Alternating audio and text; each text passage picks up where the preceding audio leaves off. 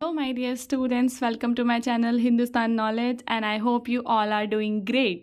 So students, Atul Maheshwari scholarship की preparation के लिए हमारे चैनल पे कई सारे वीडियोस जो है वो अवेलेबल हैं, जिनको आप देख सकते हैं और अपनी प्रिपरेशन को बहुत ही अच्छे तरीके से कर सकते हैं.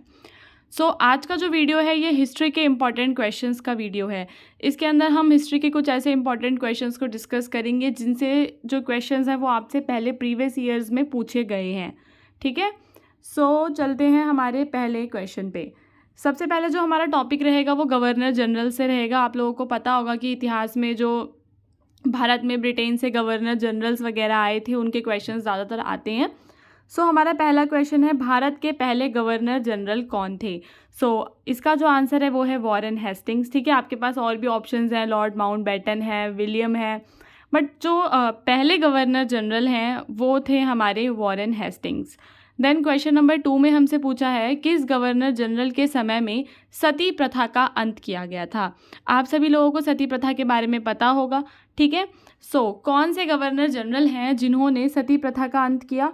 यहाँ पर हमारे पास ऑप्शंस हैं, Lord Curzon, Lord William Bentinck, Lord Canning और लॉर्ड डलहौजी. स्टूडेंट्स, इसका आंसर है आपका ऑप्शन नंबर बी, यानी कि लॉर्ड विलियम बेंटिक. जो लॉर्ड विलियम बेंटिक हैं उन्होंने सती प्रथा का जो अंत किया था. भारत में रेल प्रणाली, ठीक है, आप सभी को पता होगा कि इंडिया के अंदर जो रेलवेज़ है, रेलगाड़ियां हैं, वो सब अंग्रेज़ों के द्वारा चलाई गई थी. तो भारत में जो रेल प्रणाली है उसकी शुरुआत किस गवर्नर जनरल के कार्यकाल में हुई.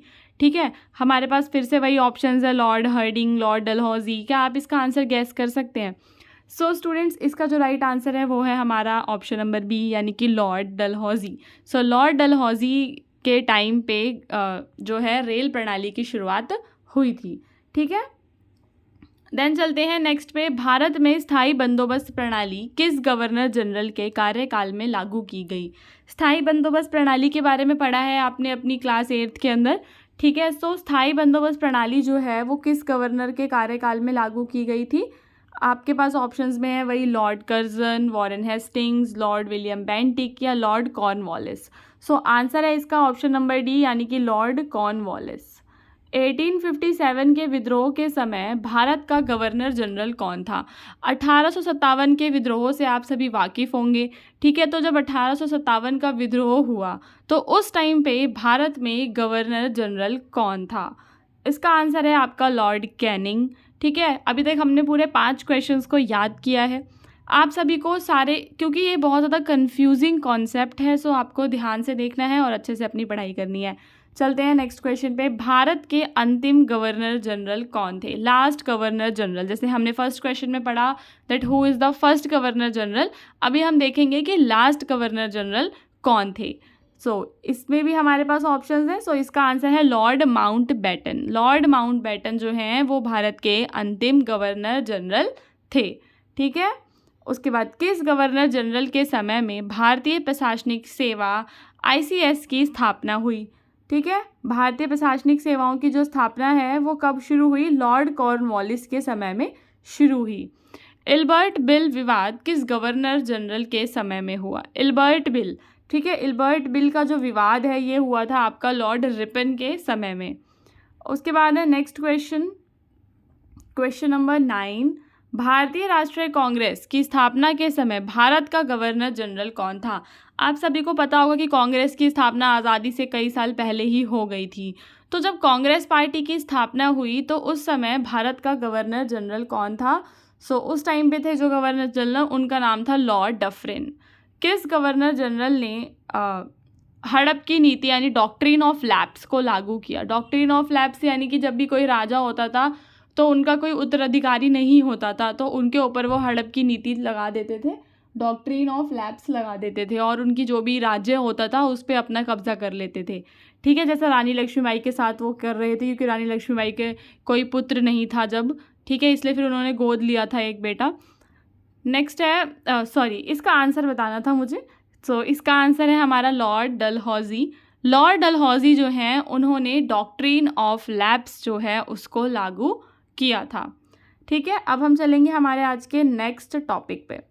जो हमारा नेक्स्ट टॉपिक है वो है सम्राटों से रिलेटेड. जैसे कि एक क्वेश्चन आया हुआ है जिसके अंदर पूछा है कि किस सम्राट को कोई उनका निकनेम दिया हुआ है इस नाम से जाना जाता है। तो इस तरीके से जितने भी फेमस हैं हम उनके बारे में पढ़ लेते हैं, हो सकता है उसमें से कोई क्वेश्चन आ जाए। सम्राट अशोक को किस उपनाम से जाना जाता है? हमारे पास ऑप्शंस हैं चक्रवर्ती सम्राट, देवनाप्रिय, पृथ्वीराज या धर्मराज। सो स्टूडेंट्स, जो हमारे सम्राट अशोक हैं उन्हें जाना जाता है देवनाप्रिय नाम से। ठीक है। देन नेक्स्ट है गंगईकोंडा चोल किस चोल सम्राट का उपनाम था? आपको पता होगा कि उनका नाम गंगईकोंडा चोल क्यों है, क्योंकि उन्होंने जो साउथ के थे वो राजा, ठीक है, साउथ इंडिया के थे, दक्षिण भारत के राजा थे। और आपको पता होगा कि जो गंगा नदी है वो नॉर्थ इंडिया में है, उत्तरी भारत के अंदर है। सो उन्होंने साउथ का एक बहुत बड़ा जो हिस्सा है वो कब्जा करते करते वो गंगा तक आ गए थे, इसीलिए उनका नाम रखा गया गंगईकोंडा चोल। ठीक है। सो यहाँ पर हमारे पास ऑप्शंस में अवेलेबल हैं राजा राज चोल, राजेंद्र चोल। सो इसका जो आंसर है वो है आपका राजेंद्र चोल। ठीक है। उन्होंने राज्य की भी स्थापना की थी जिसका नाम था गंगईकोंडा चोलापुरम। विक्रमादित्य का वास्तविक नाम क्या था? विक्रमादित्य जो है उनका वास्तविक नाम था स्टूडेंट्स चंद्रगुप्त विक्रमादित्य। किस राजा को सागर मेखला यानी सागर द्वारा घिरे हुए साम्राज्य का शासक कहा जाता था? सो यहाँ पे हमारे पास ऑप्शंस हैं हर्षवर्धन, समुद्रगुप्त, कृष्णदेव राय या राजा राजा चोल। सो स्टूडेंट्स, इसका आंसर है हमारा राजा राजा चोल। पृथ्वीराज चौहान को किस नाम से जाना जाता है? राय पिथौरा, विक्रमादित्य, अशोक महान या फिर समुद्रगुप्त। ठीक है। सो इसका आंसर है हमारा राय पिथौरा। चोल साम्राज्य के महान राजा करिकाल चोल को किस उपलब्धि के लिए जाना जाता है? इसका आंसर है सिंचाई के लिए कावेरी नदी पर उन्होंने बांध बनाया था, ठीक है, इसी वजह से उन्हें जाना जाता है। ठीक है। चलते हैं नेक्स्ट क्वेश्चन पे। किस राजा को दक्षिण का नेपोलियन कहा गया जाता है? ठीक है।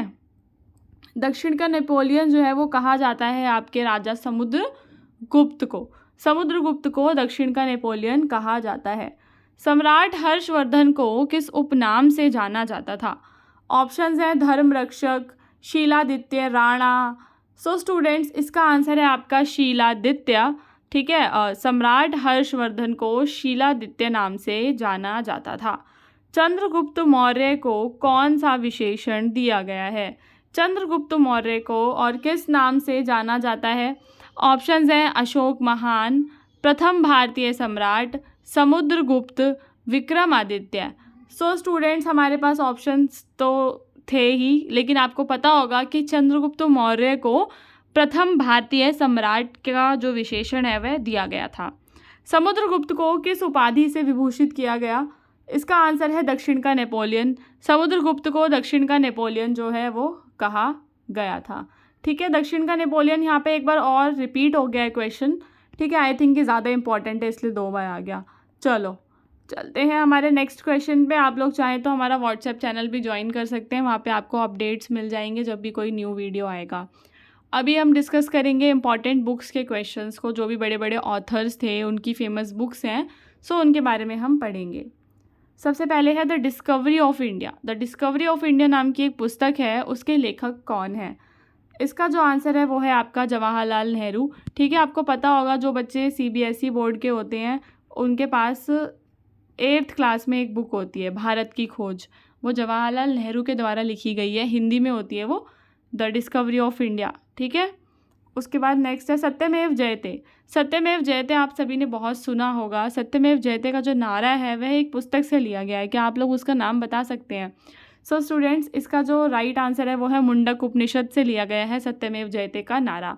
इसको याद कर लेना, ये क्वेश्चन काफ़ी इंपॉर्टेंट है, हो सकता है आपके एग्जाम में भी आ जाए मे बी।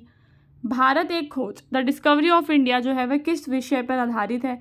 क्या विषय है उसका? तो उसमें भारत का इतिहास और सभ्यता के बारे में जो बात की गई है। Annihilation of caste. Annihilation of caste भी एक इम्पॉर्टेंट बुक है स्टूडेंट्स। ठीक है।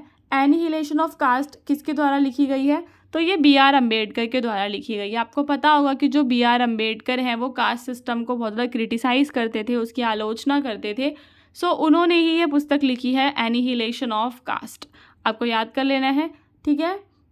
हिंद स्वराज। हिंद स्वराज नाम की जो पुस्तक है वो किसने लिखी है? वो लिखी है हमारे महात्मा गांधी जी ने। ठीक है। देन नेक्स्ट क्वेश्चन पर चलते हैं। India after Gandhi, India after Gandhi एक पुस्तक है, ठीक है, गांधी के बाद इंडिया, वो किसने लिखी है? वो लिखी है हमारे रामचंद्र गुहा ने। सो क्वेश्चन नंबर 6 का आंसर है option number A, Ramachandra Guha. Okay, discovery of India और ग्लिम्सेस ऑफ वर्ल्ड हिस्ट्री, ये दो पुस्तकें हैं, ठीक है, इनके लेखक आपको बताने हैं। डिस्कवरी ऑफ इंडिया और ग्लिम्सेस ऑफ वर्ल्ड हिस्ट्री, यानी इंडिया की डिस्कवरी और वर्ल्ड हिस्ट्री के बारे में। ऑप्शंस वही है हमारे पास, B.R. अम्बेडकर, जवाहरलाल नेहरू। सो इसका आंसर वही जवाहरलाल नेहरू, क्योंकि मैंने आपको डिस्कवरी ऑफ इंडिया भी थोड़ी देर पहले ही बताया था क्वेश्चन नंबर 2 में, ठीक है। और एक और इनकी पुस्तक है जिसका नाम है ग्लिम्सेस ऑफ वर्ल्ड हिस्ट्री, ठीक है। देन क्वेश्चन नंबर 8 में द प्रिंस नाम की जो पुस्तक है पूछा गया है कि वो किसने लिखी है, जो राजनीति विज्ञान का एक प्रसिद्ध ग्रंथ है, ठीक है। देखो जैसे कार्ल मार्क्स की एक पुस्तक से क्वेश्चन आया हुआ है प्रीवियसली। सो द प्रिंस नाम की जो पुस्तक है वो लिखी गई है आपके निकोलो मैकियावेली के द्वारा, ठीक है, ये याद कर लेना, ये इंपॉर्टेंट है। द प्रिंस वाली पुस्तक जो है निकोलो मैकियावेली की है, इंपॉर्टेंट है। अब चलते हैं नेक्स्ट क्वेश्चन पे। इतिहास का अंत, ये भी इम्पॉर्टेंट है। एंड ऑफ हिस्ट्री जो पुस्तक है वो किसने लिखी है? सो इसका आंसर है हमारा Francis Fukuyama. Okay students, question number 8 और 9 दोनों इम्पॉर्टेंट है। अब है हमारे पास क्वेश्चन नंबर 8, भारतीय संविधान का निर्माण पुस्तक।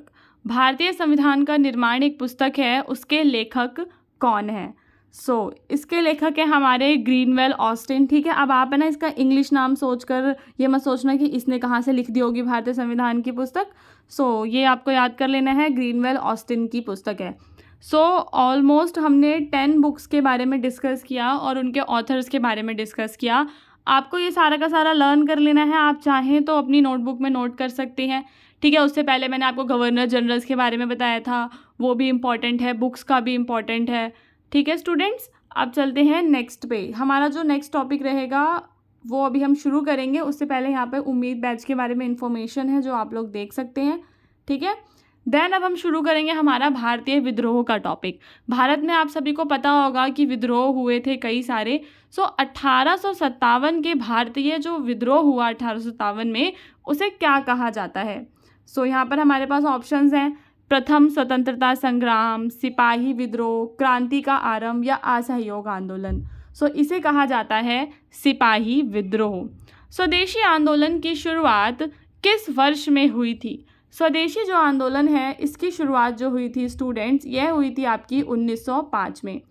जलियांवाला बाग हत्याकांड किस आंदोलन के दौरान हुआ था? जलियांवाला बाग हत्याकांड आपको पता होगा 13 अप्रैल 1919 को हुआ था। सो कौन सा आंदोलन चल रहा था उस टाइम पे इंडिया में जब ये हत्याकांड हुआ, ठीक है। सो यहाँ पे हमारा आंसर है असहयोग आंदोलन। देन क्वेश्चन नंबर 4, किस आंदोलन के दौरान महात्मा गांधी ने करो या मरो का नारा दिया? ठीक है, ऑप्शंस हैं असहयोग आंदोलन, सविनय अवज्ञा आंदोलन, भारत छोड़ो आंदोलन या रॉलेट सत्याग्रह। सो स्टूडेंट्स इसका आंसर है भारत छोड़ो आंदोलन। भारत छोड़ो आंदोलन के दौरान महात्मा गांधी ने करो या मरो का नारा दिया था। दांडी यात्रा का आयोजन किस आंदोलन के तहत किया गया था? दांडी मार्च आप सभी को पता होगा, दांडी यात्रा।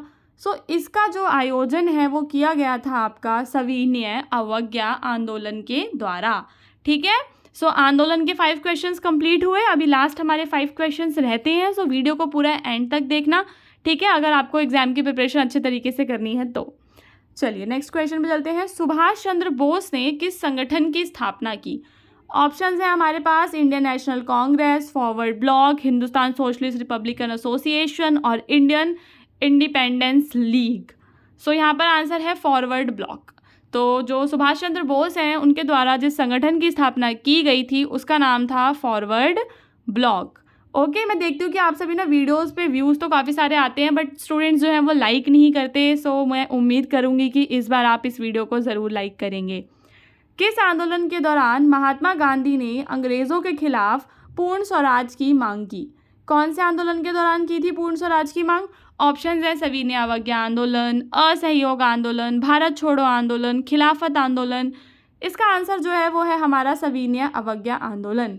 किस आंदोलन के समय साइमन कमीशन? साइमन कमीशन भी बहुत ज़्यादा इंपॉर्टेंट है। क्वेश्चन में पूछा है कि किस आंदोलन के समय साइमन कमीशन का विरोध हुआ था। सो इसका आंसर है हमारा असहयोग आंदोलन के समय। ठीक है, भगत सिंह, राजगुरु और सुखदेव ने किस आंदोलन में भाग लिया? यहाँ पर हमारे पास आंदोलन का नाम है हिंदुस्तान सोशलिस्ट रिपब्लिकन एसोसिएशन। ठीक है, इसके अंदर उन्होंने भाग लिया था। खिलाफत आंदोलन का नेतृत्व किसने किया? खिलाफत आंदोलन का जो नेतृत्व है वो मोहम्मद अली और शौकत अली के द्वारा किया गया था।